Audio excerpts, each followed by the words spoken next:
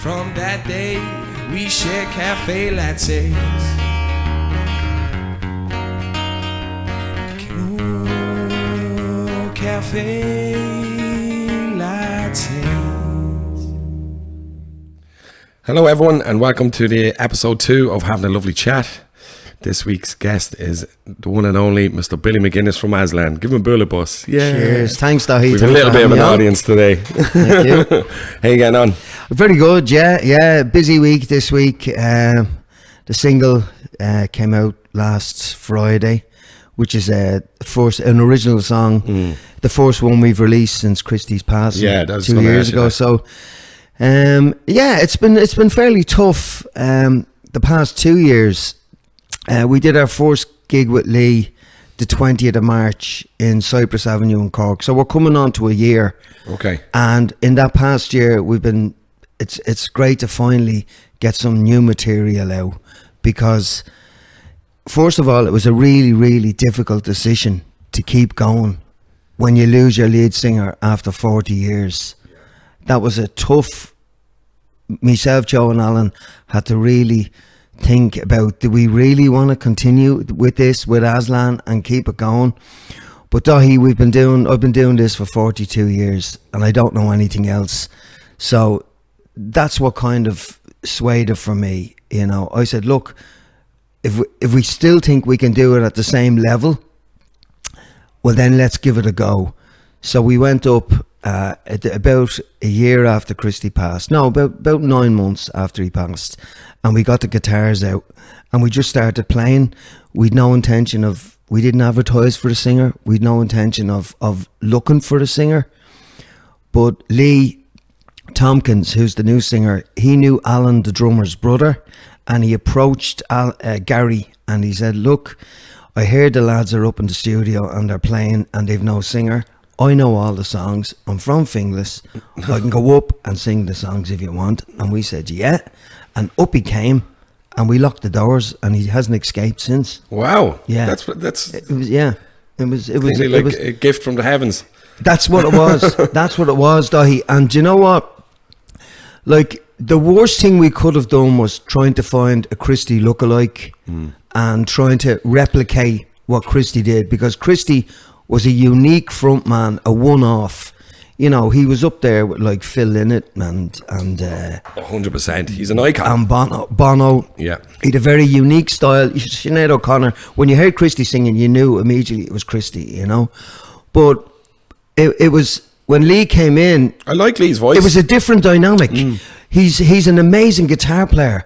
So we've now got, because I'm a chancer on the guitar, but the sound is a lot bigger, Dahi. So it's a heavier Aslan sound. A lot of people that have seen the gigs said the sound is great. It's bigger. It's a fuller sound. Because he's playing guitar as well. Because he's on electric guitar and acoustic.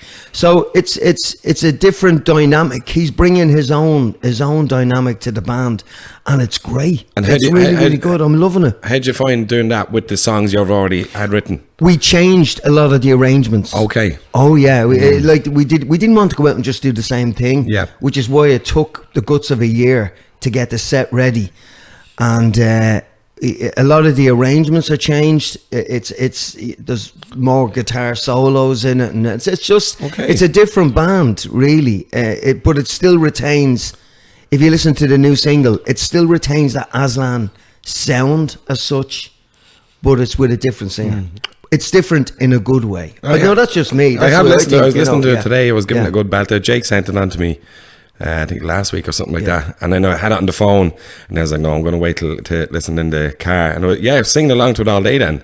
It's very good, I like it. Good. Yeah, and I just thought it is definitely different to what Aslan, which is good, you know, as you said, you're not going to try and replicate Christy. It was important that we were happy with it. We did it in Jellistown Studios, which is just past near Ratoath, and Joe works great with Stuart Gray out there. Okay. And they both produced it, and as they have done, most of the stuff we did with Aslan would have been done out in Jellistown with Joe and Stuart producing it, you know. So yeah, we're happy with it. We just look, it's not out a week yet, but it went straight in iTunes at number 1. The EP went in at number 3 on the album chart. So it's just great to have something new out, because you know, people saying, well, what does it sound like? Because there's loads of people that haven't heard Lee, that haven't been to a gig.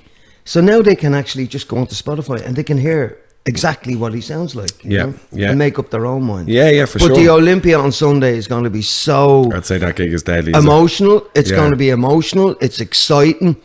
It's... is that the first gig in the Olympia since? Yeah. Right, okay. It's the first gig. It's a good few years since we played the Olympia. Now, we used to do the Olympia back in the 90s, when they used to do a gig there called Midnight at the Olympia, and you had bands like the Flag Cowboys and Mary Coughlin used to do it, and Aslan used to do it regularly.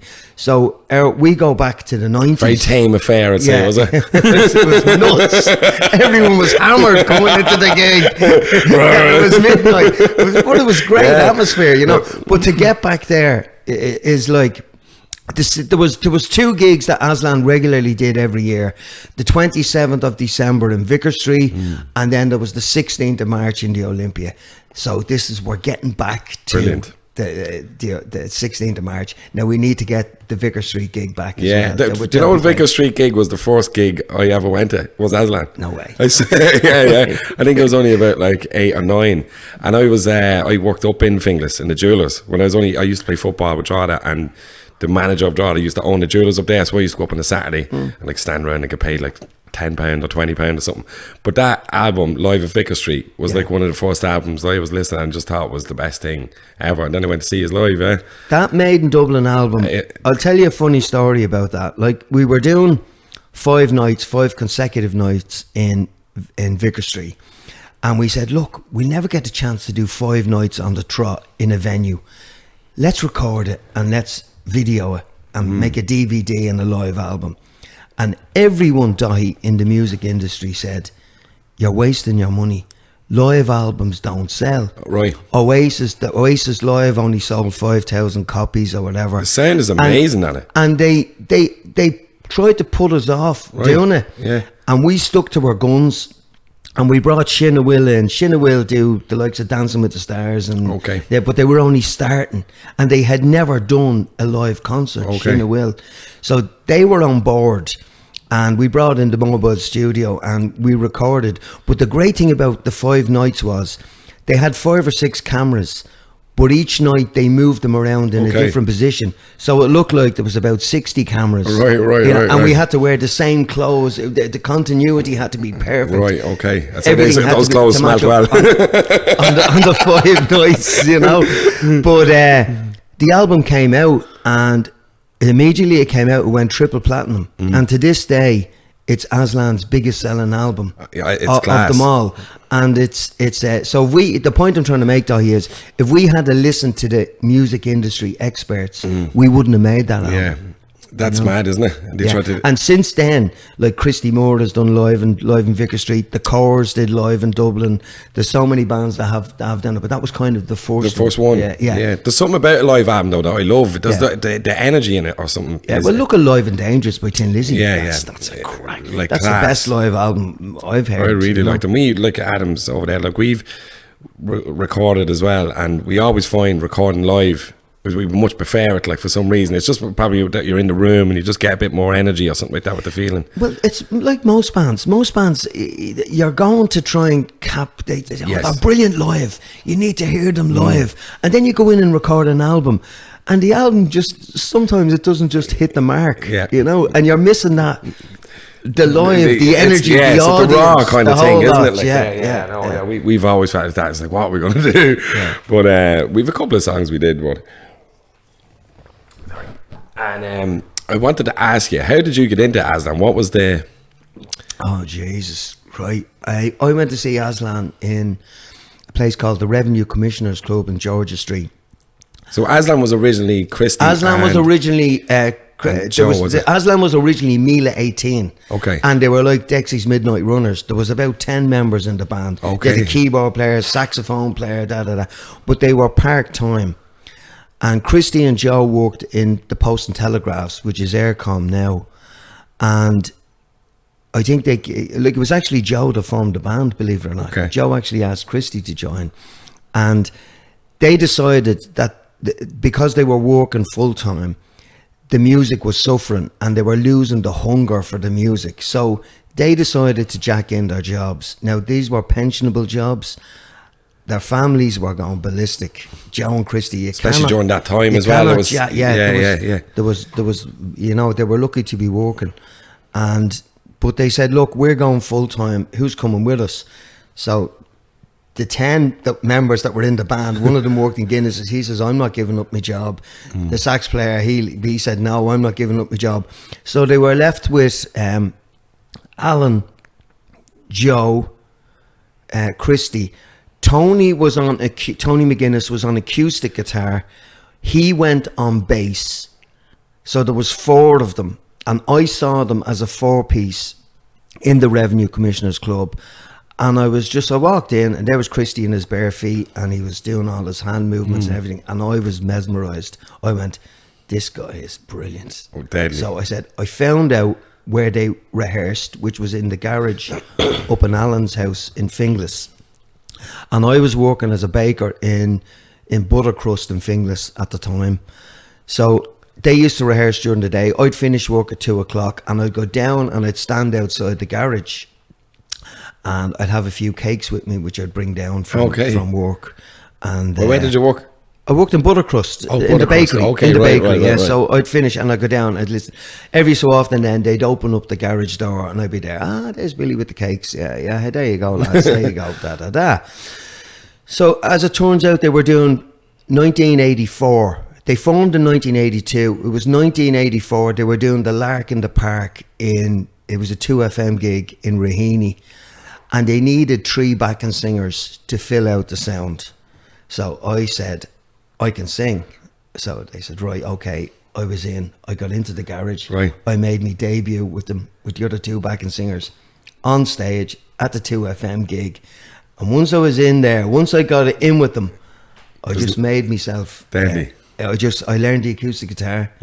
I learned keyboards by drawing the numbers on the keyboard. 1, 2, 3, 4. You know, little riffs. You know. Yeah. So I just stuck at it, and I'll never forget it. We did a session for Dave Fanning 2FM, and we got a check, and it was the first check we got for our music. Right.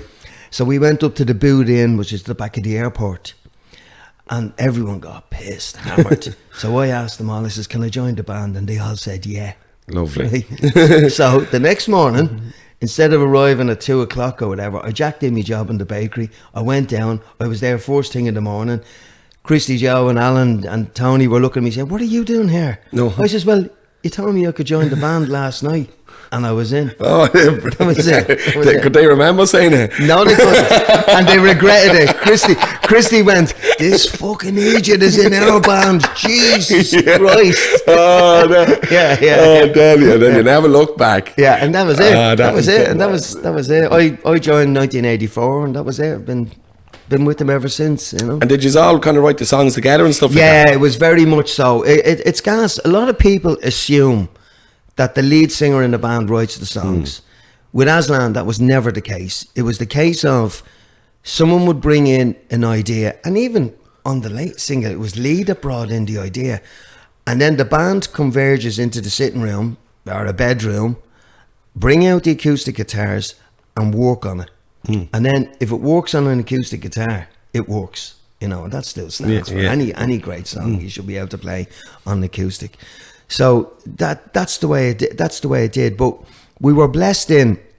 There was this family called the O'Hagans. We used to rehearse up at the airport beside the runway. There was a farm there, and the O'Hagans gave us a pigsty. And they said, "You can rehearse in this pigsty." Right. And we went out there. We cleaned it up. There was troughs and all in it. Tin roof, and we moved in there. And we started rehearsing full time in there, and we'd go up every day. We'd walk up from Ballymun up to the airport. Fair walk. Oh yeah, it was a good walk. Yeah, it was a good walk. Yeah, every morning. But up there for the year, we wrote "This Is" up there. We wrote "Feel No Shame." The whole album, "Feel No Shame," was written in the pigsty. And what was great about it was, first of all, we couldn't afford to rehearse in the likes of Lytton Lane or in Dublin, you know. But that Dublin, every band in Dublin was getting signed. There was, the likes of Something Happens, Cactus War News, Blue in Heaven, like a boom, Into and Newer. It was like Liverpool at the time of the Beatles. If you could string a tune together, the record companies were over to see you bang. Right. Every record company in the UK had an Irish band, and but we because we were up in the pigsty, we kind of we took ourselves out of that scene until we were ready. Okay. And then when we were ready. We had the full album ready to go. We had the songs written. We demoed a few of them. And I remember we did a gig in the TV club, and 15 A&R men came over from the UK to see us. And it was like a bidding war.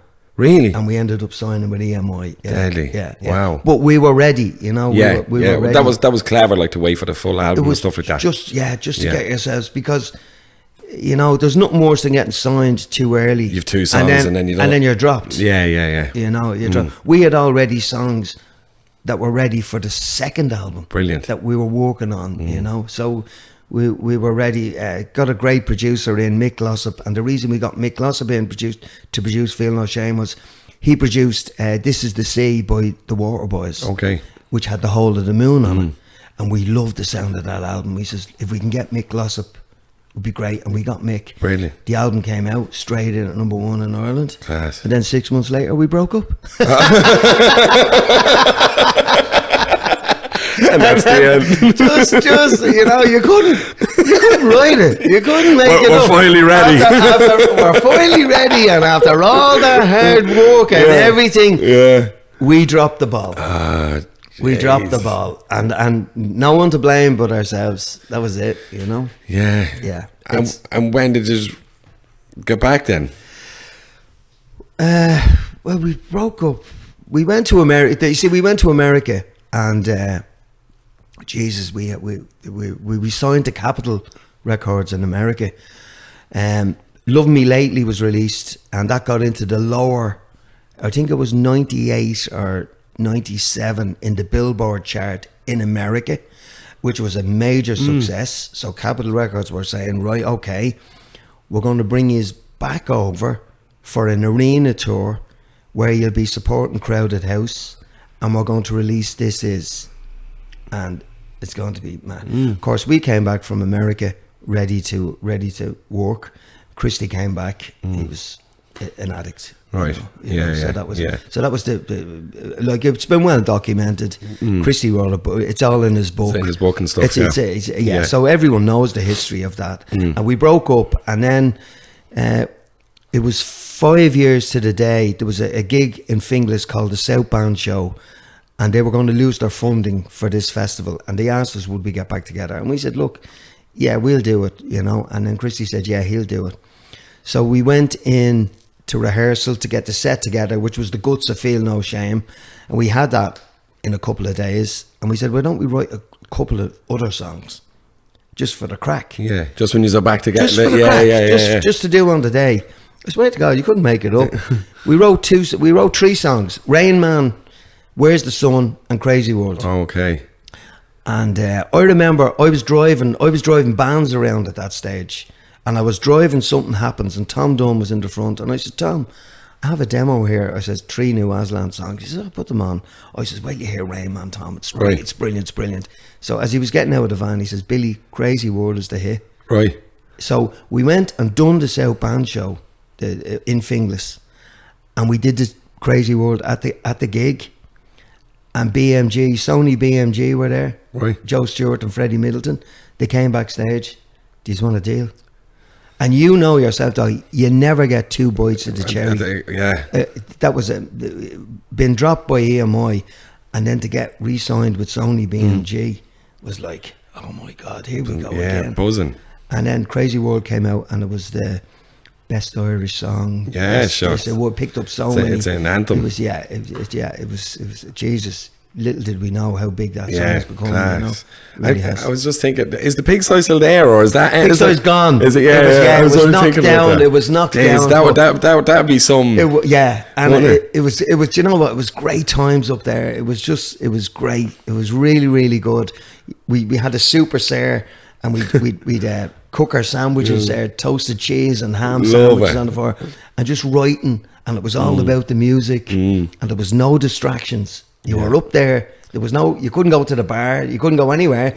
It was a pigsty, and that was it. It was on a farm. There was nowhere else to go. So you were there to work. Yeah, which was great. 5 days a week. Yeah. Like, it was really, really Is there any good. pictures or any of that? Of There us back is, then, there is is, there? there is. Yeah, I must check them out because I'd like to see they're that. great. That's class. Yeah, it's just great. Just remembering that, like, you know, that's definitely It's brilliant. Yeah, it's really good. Yeah.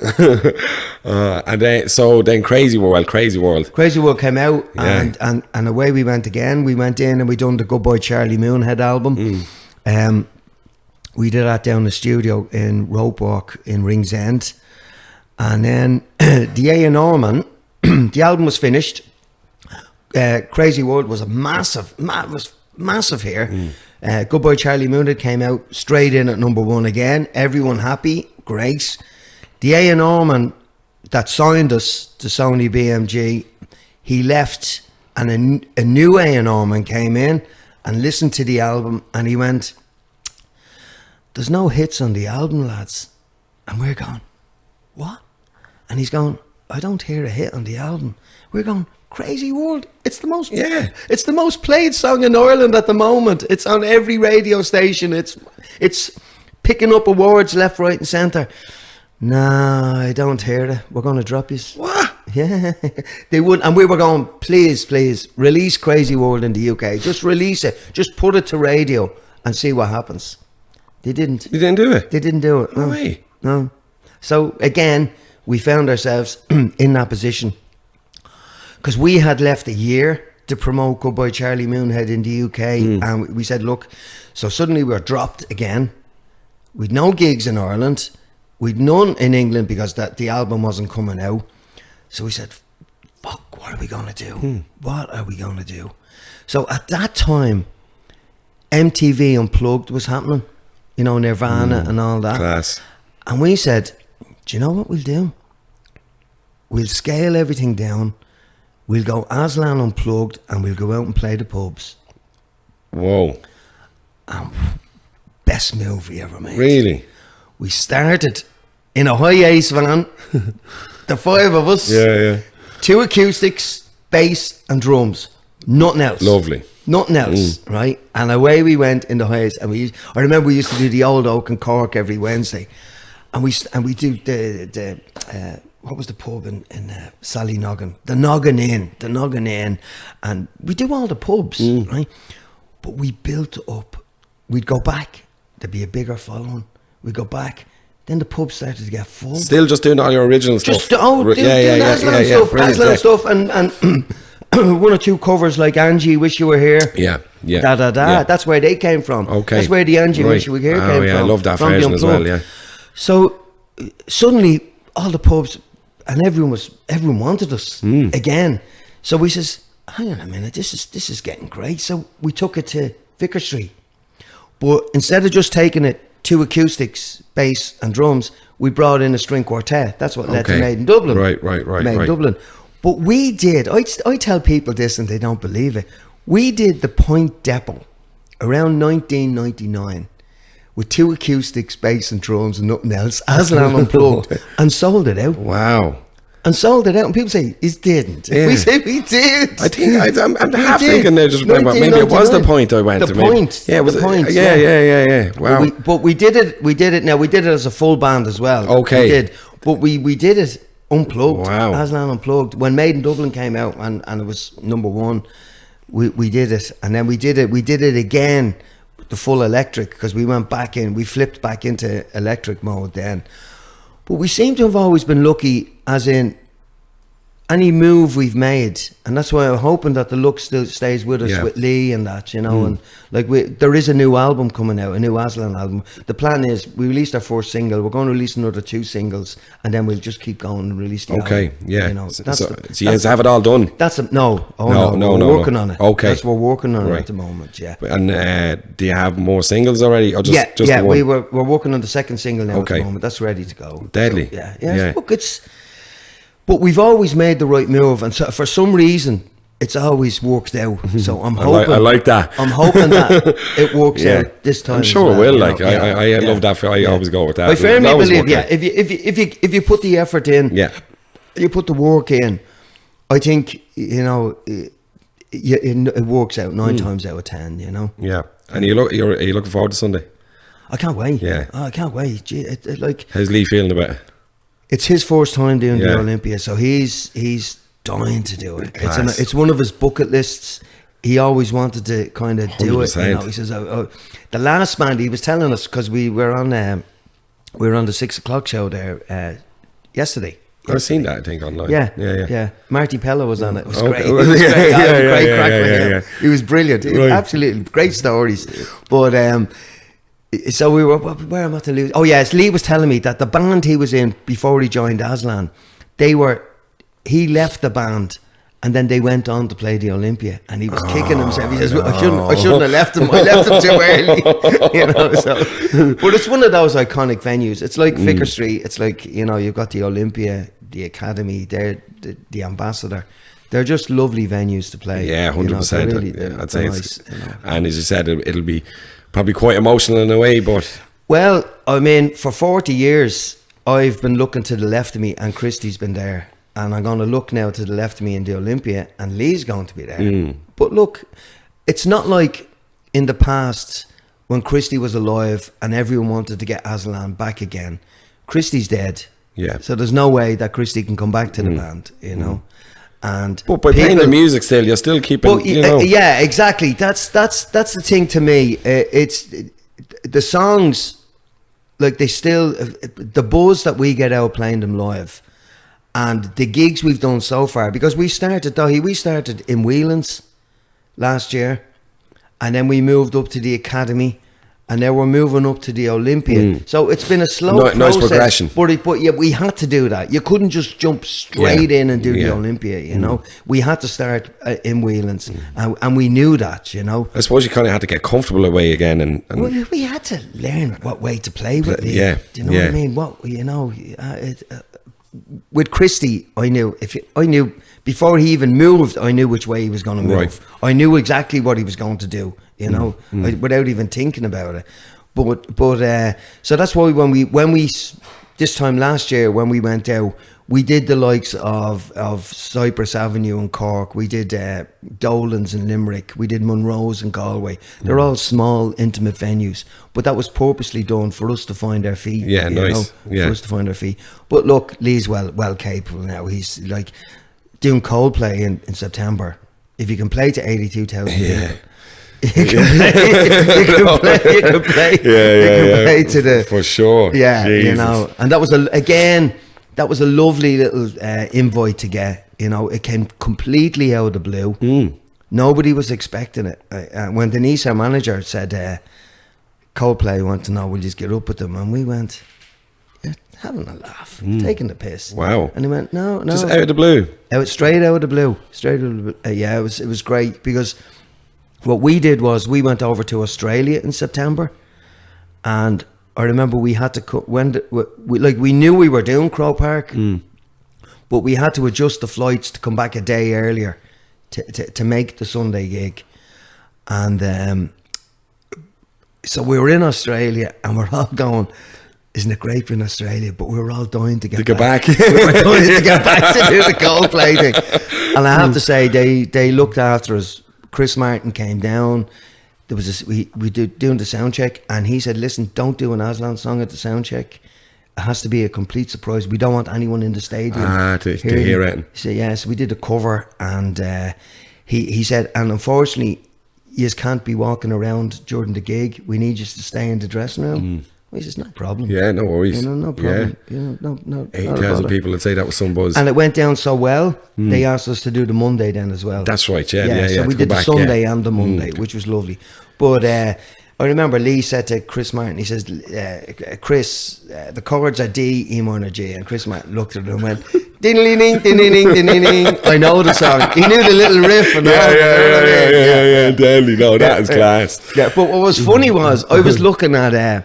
I only found this out because we're down a tone You know? Yeah, half step. We're down. Yeah. No, we're down a full step. Oh, full step. Oh yeah, right, we okay. go. Yeah, so we would be doing Crazy World in C as opposed to D.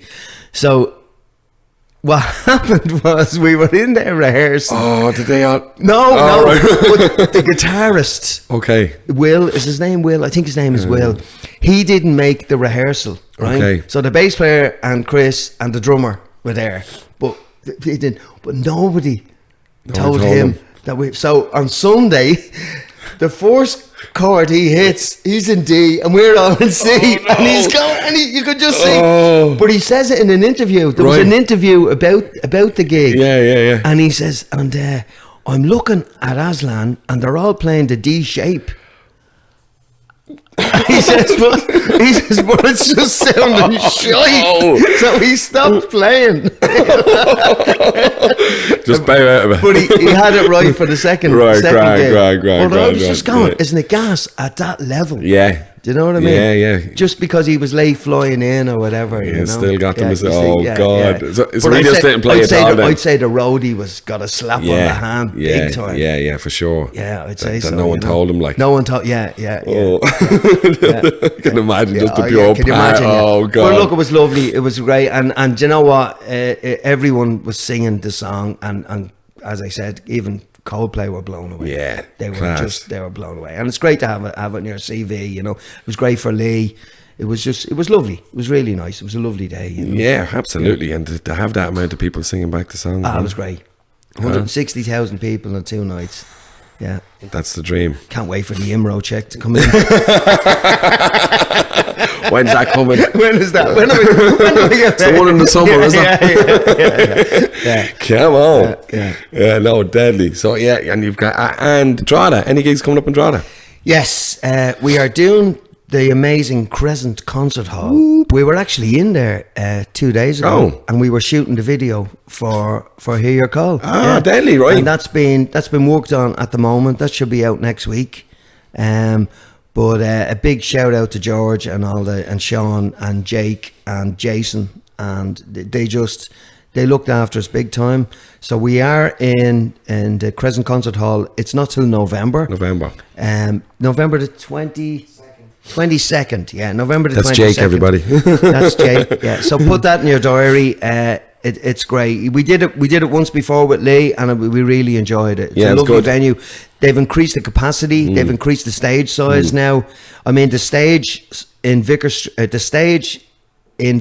is not as big as the stage in the Crescent Concert Hall. Width-wise, yeah. The Crescent Concert Hall has a wider stage than Vicar Street, which is saying something. Lots of room for activities. So it's great, yeah. No, it's brilliant, yeah. So looking forward to that. Looking forward to Drogheda. There's a couple of other. We're doing in May. We're doing a great festival called the Greenfields Festival. We did it last year. The usual Gavin James, the Stunning. Yeah, where is that in Dublin? It's in Athy. And it's the bank holiday, the May bank holiday. I think it's the 3rd or 4th. There's a gig we're doing the end of May, but it's not been announced until after the Olympia. It's in Dublin. Can't wait to do that. We're very excited about it. It's a great gig. When this interview is finished, I'll tell you all about it. Why is that on the down low? No. It's just we're not allowed to say anything about it until the Olympia is until the Olympia's done. Because it's in Dublin. Yeah, okay. And Olympia on Paddy's Eve as well, man. That is the Olympia on Paddy's Eve. Looking forward to that. Yeah, class. And you will be doing the new single, I presume. That's the first time we get to play it in front of an audience. Yeah. Oh, nice. Now we did a couple of pop-up gigs last Friday. We went into the Palace in Temple Bar, and we went up to Doheny and Nesbitt's in Bagot Street. Just went in with the acoustics. Alan was on the cajon. Lovely. And we played 5 songs. Bring you back to the day of doing the pub scenes. Yeah. We done This Is, we done Crazy World, we done Too Late for Hallelujah, we done Hear Your Call, and what was the 5th song? Pretty Thing. Deadly. So we went in, just on them, and Hear Your Call. Now it was acoustic. So on Sunday, it's on acoustic on Spotify as well, though. It is. Yeah, we did. Yeah, we. Do you know what? We enjoyed ourselves so much that we did 4 different mixes of Hear Your Call. Yeah, because I seen that today. It was one of them is an acoustic mix, and there's a girl called LED, ELLYD, LED. Now she supported us a good few times, so we brought her in to do backing vocals on the acoustic version, and it's great. It's lovely. Yeah, It's that was really nice. A different slant on the song. It is. Really nice. But yeah, so that was the EP. We just stuck it out there, and as I said to you, that went in at number 3, and that went into the album charts. Okay. I didn't know an EP could go into the album charts. Oh. If there's four tracks on it, and there's a certain amount of time. Well, that's a clever way of doing it. Put the same Isn't song it? on 4 times. Yeah. There's an piano version, extended mix, acoustic mix, alternative mix, and then the single. Yeah, so that was, again, I never knew that. But then I'm old school, you know. The whole music industry has really changed. Well, that was the next thing I wanted to talk to you about. Like, what's the biggest differences that you see? What do you think it would be a lot harder back then when you was starting to kind of... it was easier back then. Do you think? Harder, yeah, it's harder even with now. social media. It's and all harder that. now. Yeah, because it's Spotify is ruining it, because, you know, okay, you see all these acts, they've 10 billion plays on Spotify. How much did you get for it? 80 quid. Yeah. You know, and that's like, that's just or you see acts on TikTok that have millions of views and all that, and these people are getting signed. And they're not ready. They're without even doing a gig. Yeah, you know, just getting signed on. It's TikTok, crazy. TikTok is crazy, isn't it? So I'm a firm believer in you build up a following by playing live. People come, word of mouth. They come and see you. Your crowd gets bigger and bigger and bigger. I think but people don't need the to do money that. Isn't there. So I don't think since COVID as well. If you look in Drogheda, like. I used to do a 2-piece in Drogheda. He said, Rod, right? Yeah. You look in Drogheda, there's no even 2 pieces anymore. No. Every pub that has music. Every pub that has music has an acoustic guitar player. And that's it. Yeah. Because the money isn't there. Yeah. There's no bands anymore that are playing the pubs. Very rare. No. If they are, they're playing for peanuts. But I was even listening to the radio, and they were saying how there's no even bands in the charts or any of that crack anymore, really. Like, it's all just country singers even. You know what? The whole thing has just changed. No bands anymore, really. It's years ago when you used to tour to promote an album, right? Now you just stick an album out to let people know that you're still around. It's all about the live work now. It's all about, that's where you make your money at live gigs. You do not make your money off singles and albums. No, that's just to let, as you said, to let them know that you're there. It's just to let them know that you're there, and it's gone completely, on its head. And even now to the stage where record companies, if they sign you, they want a 360 deal. So they want everything. They want a share of your merchandise. They want a share of your live work. They want a share of your recording. They want your publishing. So they want, and your soul. They want the whole cake, the whole 360 degrees. They want, and that's why it's so hard now for. Well, you see a lot of people doing the independent people are kind of trying to do that all themselves now, aren't they? Without getting signed, but that's hard. It's hard, but we're doing it. We're doing it for ourselves. That's nobody else is going to do it for you. I'm not saying you shouldn't do it, but it's expensive. You know, like for us to go into Jellistown for 3 or 4 days with Stuart was X amount, and then. You're doing, even like doing the pop-up gigs, there was a cost there. Even shooting the video, there was a cost there. You're not going to make that back on a few plays on Spotify or whatever, you know, you're not, you know. So it's just to promote the band and let people know about the gigs for the Olympia, and you can use that as promo material. Or if you're going back to Australia or the UK, which we're going back in September, we're going back for some dates in the UK. I can't wait for that because we've actually added Glasgow, which is lovely. Brilliant. I'm dying to get back. And we're playing a great venue in Glasgow called, it's where Oasis was signed. What's it called?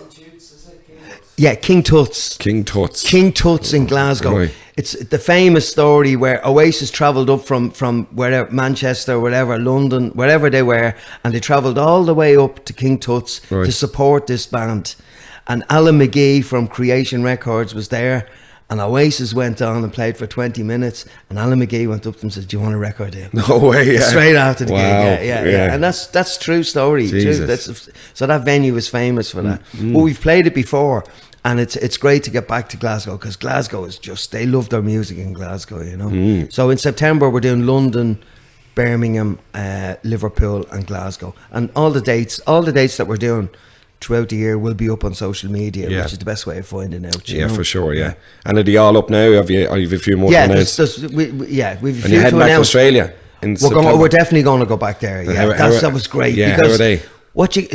There's a crowd called Troubadour over there, and they've been bringing Irish acts over to Australia for years. They bring the likes of Gavin James, the Coronas, Kneecap, they're over there at the minute, I think. Kneecap are there at the moment. They brought over Dermot Kennedy. Who else? The Cores. They have it down pat. It's brilliant. But what happens is you get all the Irish at the gigs, but they bring their Australian mates. Okay. Like you mentioned Kneecap. Now the Kneecap gig in Melbourne was a free gig. Oh. It was free. 10,000 people turned up in Melbourne. I seen the clip of it, it looked absolutely insane. That was a free gig. Wow. Yeah. Jesus. So obviously, like that was probably just one free gig. Yeah. But you can guarantee when they're playing Melbourne again, it's going to be. Yeah. If there was 10,000 people at the gig, they'd be doing 4 nights. Yeah, exactly. Yeah. But no, Troubadour are great. They have it down. They suss the visas and everything and all that, and they have it all. The venues are lovely. They're handy out. They look after everything pretty much. They do all that. Yeah. So yeah, we'll be. Look. It was a big success. We didn't know what way it was going to go, but it was again. It was just. It's that little stamp of endorsement, you know. If you can play in Australia and the people are accepting Lee and singing along and enjoying themselves, well, if it works there, it'll work anywhere, you know. Yeah, deadly. Yeah. So you're looking forward to that. And what was the thing I was going to think? Yeah. Have you ever done any of your own solo stuff? Was it always you? No. Stayed away from that. The only reason I went out with Rod that time was Christy was sick. And he was in hospital. Okay. Yeah, and he was laid up and we couldn't gig. Yeah. And again, the bills were coming in, you know, so you had to do something. So I just went, myself and Rod just went, look, let's get a load of covers together, bang, let's go out and play the pubs. You're back in McPhail's, remember those gigs? Yeah, we did. We did the Fly here at the back of Yeah. Wow, mental. Absolutely. Brilliant crack. The Fly. Great fun. Do you know what? Wasn't the Fly brilliant? Yeah, it was class. And the thing about it is, Drogheda looked so well on the telly. Because I remember we were down with Hector and we were outside the Tosel and we were doing Crazy World, and I was just looking at Drogheda and it looked so well. Yeah. But they've let the town gone to shit. Man.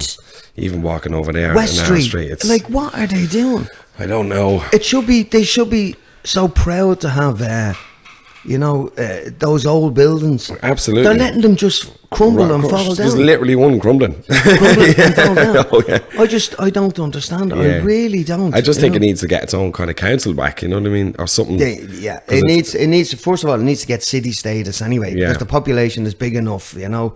But whoever's responsible for that deserves a good kicking. Do you know what I mean? They really do.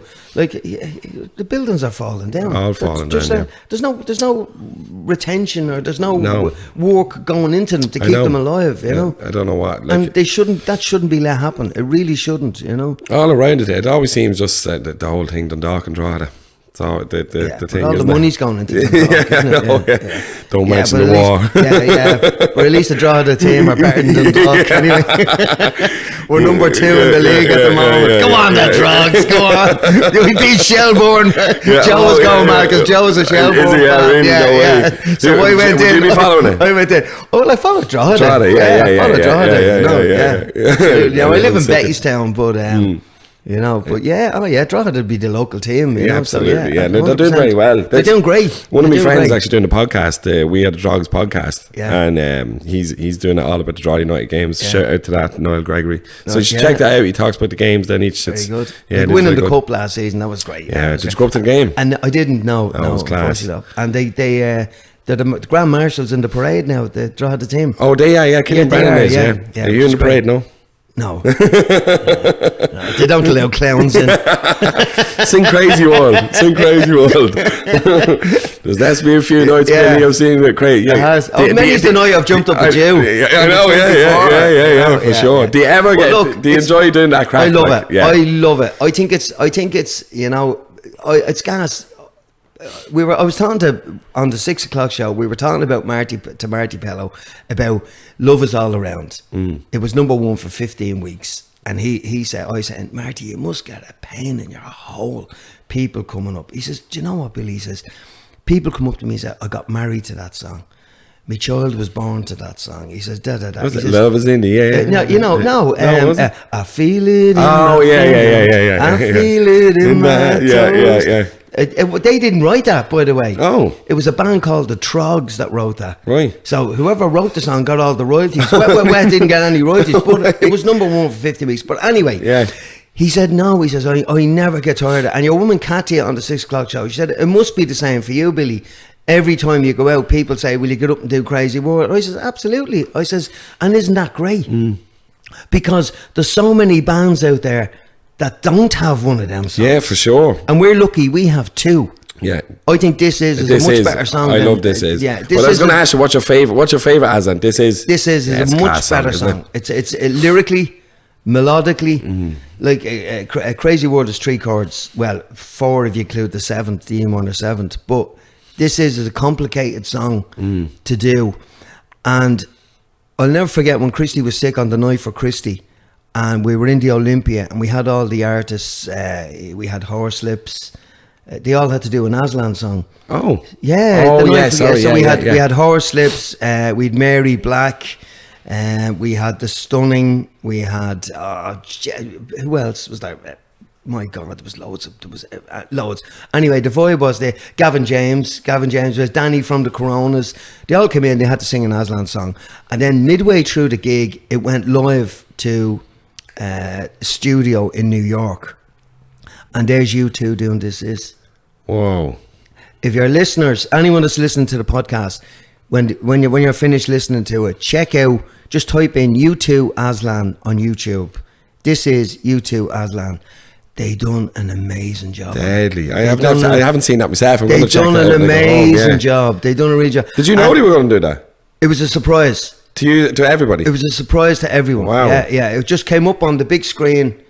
It was organised. See, Googie, who's Bono's best mate, he was MC on the night. Okay. He was introducing all the acts. So he obviously approached you too. Look, we just do something here.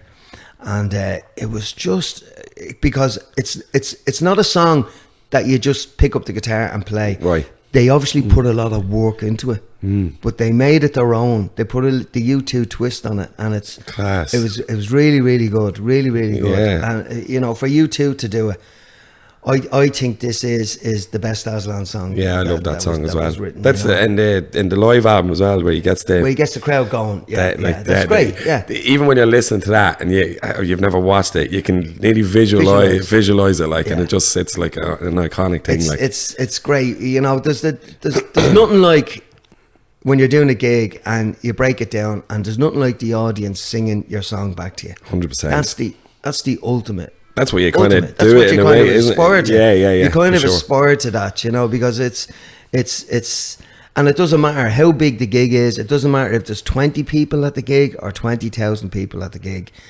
If there's 20 people singing back to you, it still gives you a horn as playing to 20,000.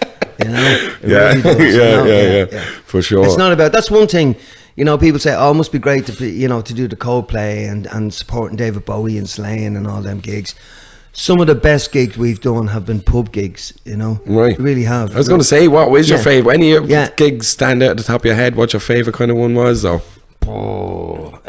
The David Bowie one was just because we were huge David Bowie fans. Okay. Yeah, but we've supported, again, we were talking to Marty Pello, and he was saying he supported Elton John. I was saying we supported Elton John. No way. We did, yeah, in Fitzgerald Stadium in Killarney. Yeah, we did, yeah. Jesus. Yeah, we supported Joe Cocker.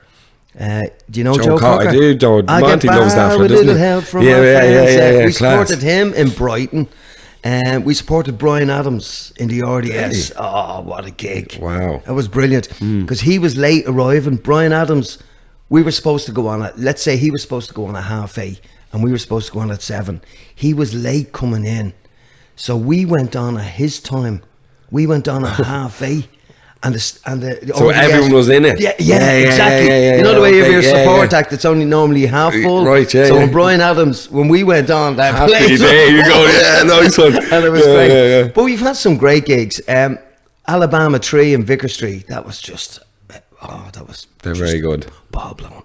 Alabama Tree, for your listeners again, would be, they wrote the theme tune to The Sopranos. Woke up this morning. And the Bloom. What a band. What a band. Class.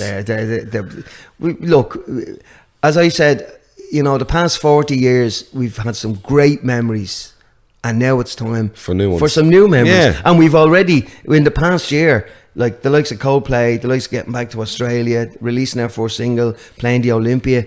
These are all fresh memories, and long may it continue, you know, because if you don't enjoy music, if you don't enjoy being in a band, it's the worst job in the world. If you love it, like I have never worked a day in 42 years because I just love music. I love the buzz of being in a band.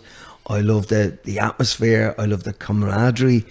I love the heartache. I love the tough days make you strong.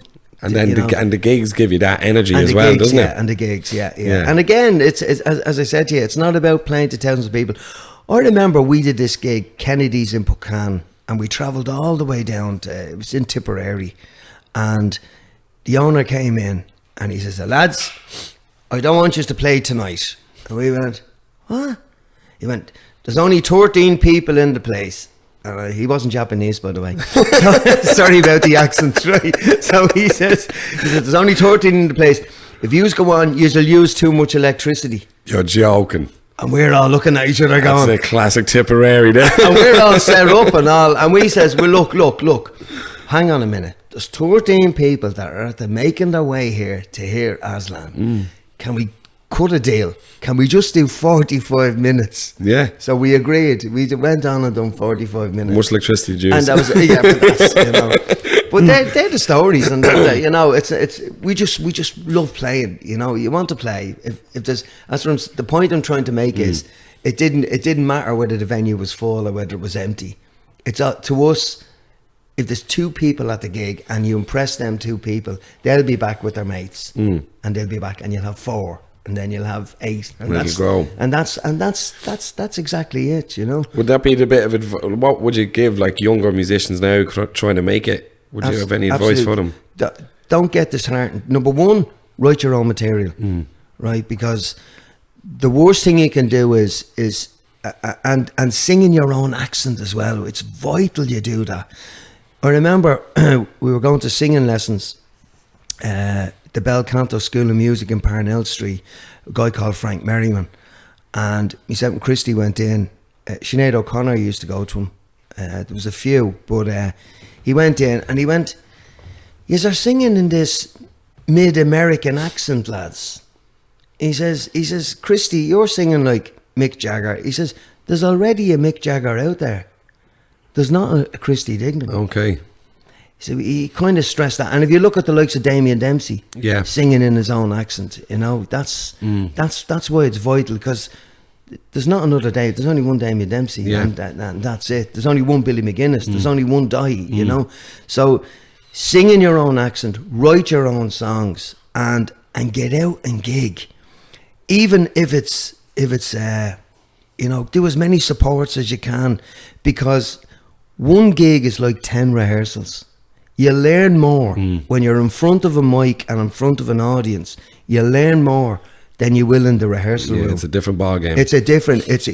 Absolutely. It's like when you're in the recording studio and the red light goes on. You can play it great when you're in your bedroom. Then the red light goes on, you're fluffing all over. The red light is on, you know. So just a bit of advice: sing in your own accent, write your own songs, no matter how shite they are. You want to hear the Aslan songs that we wrote at the start? They were like mini operas, and they were shy. They'd go on, a song would go on for like 10 minutes, and we're going, "This is great, isn't it?" and but they were hour shy. Yeah. Do you know what I mean? They weren't covers. They were all part of it that makes it evolves into a bit. Exactly. Then you realise, a song has to be 3.5 minutes, and don't bore us, get to the chorus and all them, you know, that type of thing, you know. But write your own songs because they're yours, you Yeah. know, and then get out and gig and gig and gig again and gig again. It's all about gigging. Yeah, definitely. Especially now, as you Yeah. said, with the whole like Yeah. Spotify But and all that. it's gone so expensive. It really is. It's gone, you know, it's really, really hard, especially for a band. Like if you're an acoustic solo artist, yeah, you can get up and play anywhere. But you try and organise a band, you know, a 4 or 5 piece band, transport, PA, lights, you know, sound man, the whole lot, you know. No, it is. It's gone expensive. It really is, you know. I remember there was a thing on. Some English band was over last week.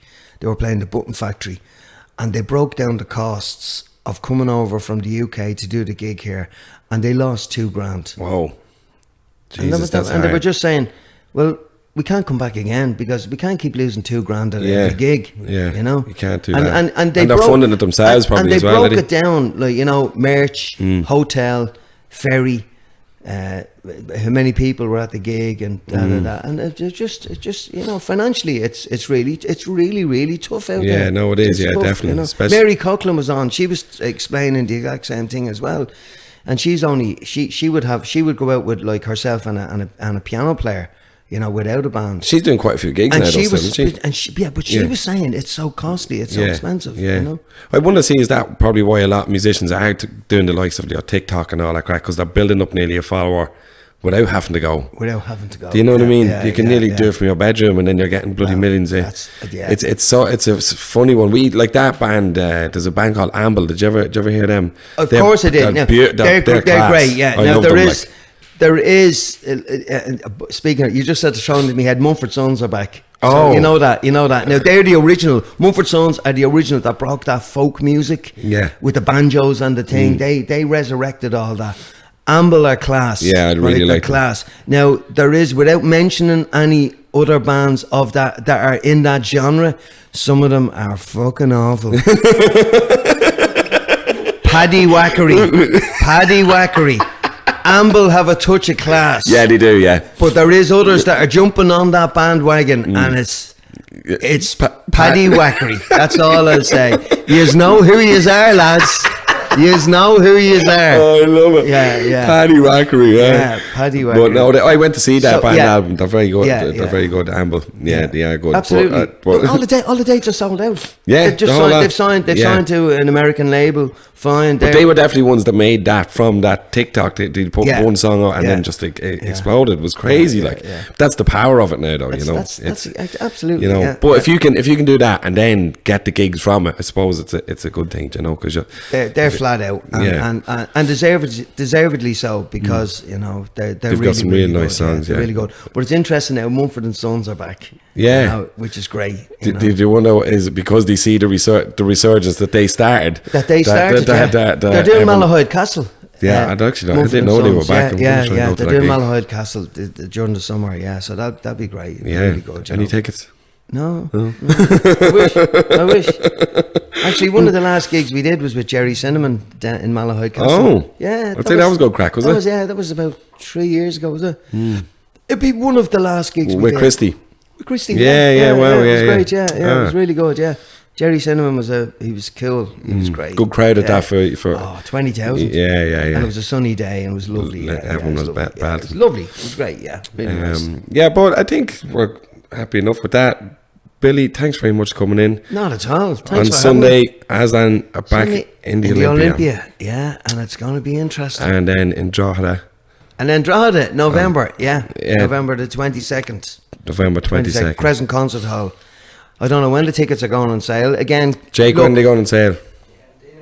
In a few weeks. Yeah, the easiest way to do it is just keep going to Aslan Instagram or Facebook or Twitter or whatever. It'll be all it's up there. You know. And I wish you best of luck with all the new Thank single you. and Yeah, the new album do you know coming. what? It's great. It's great to be, you know, to have the enthusiasm and to have the lads they're as enthusiastic as I am, and to have Lee on board.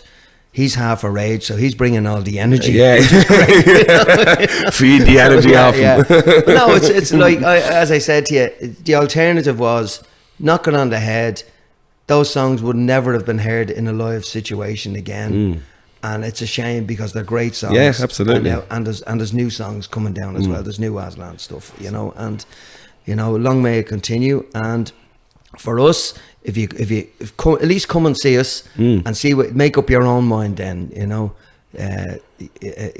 if you come to a gig and you enjoy it, well and good. If you come to a gig and it's not for you, well and good as well. You know, because not everyone's going to love it. It's music, and that's the beauty of music. Yeah, it is. Everyone has their own kind of taste. That's it. Yeah. So yeah, well, look, best of luck with Thanks the gig on Sunday. Thank you. And yeah, hope it all goes Thanks well. a lot. Thanks a million. Thanks, lads. Cheers, boys. Thank you.